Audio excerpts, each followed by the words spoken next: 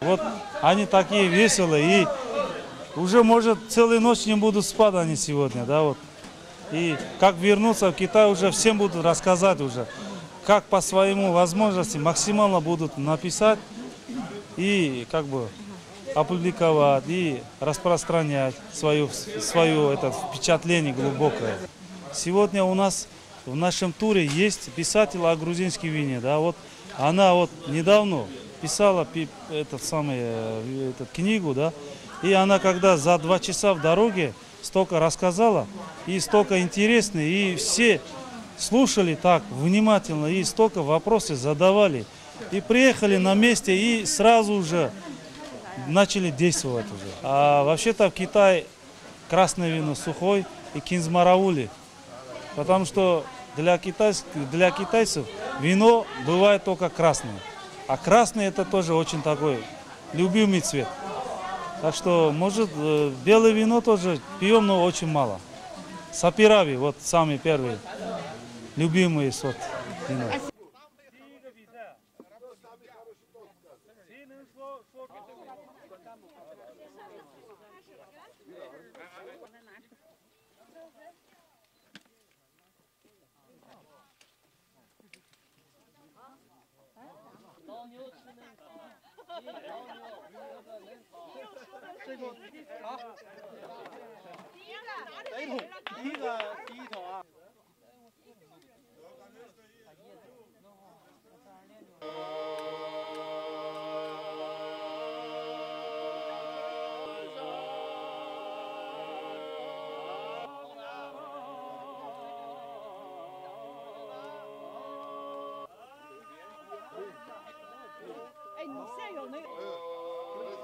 美丽的蓝天，象征着我们中国和格鲁吉亚2国人民的友谊。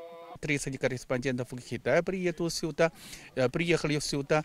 Я уверен в том, что благодаря их усилиям, я думаю, что они будут много освещаться о Грузии. Это очень помогает китайцам, китайским гражданам лучше познакомиться с Грузией, познакомиться с историей, такой древнейшей историей Грузии, достопримечательностей Грузии, а также с виноделием. Ведь Грузия является родиной вина, виноделия во всем мире. Я думаю, что по мере развития двусторонних отношений, по мере учащения контактов между людьми двух стран, непременно дальнейшие пойдут дальше, еще быстро будут развиваться наши двусторонние отношения во всех областях.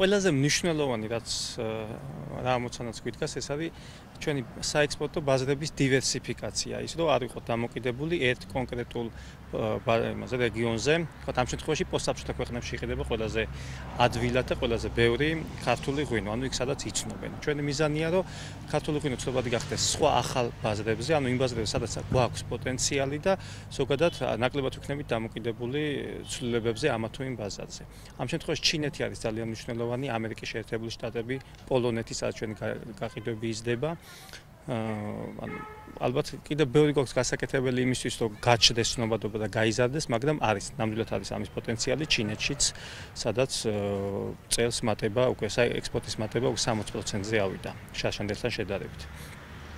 ასე რომ გავაგრძელებთ მუშაობას ამ მიმართულებითაც 2016 წლიდან უკვე ამერიკის შეერთებულ შტატებს, ჩინეთს, პოლონეთს და დიდ ბრიტანეთს დაემატება იაპონია, ძალიან საინტერესო და მზარდი ბაზარი და ბალტიის ქვეყნებშიც გავააქტიურებთ კიდევ მუშაობას, რომ კიდევ უფრო მეტი ღვინო გავიდეს, მეტი ქართული ღვინო გავიდეს ამ მზარდ და ესეთ პოზიტიურ ბაზრებზე.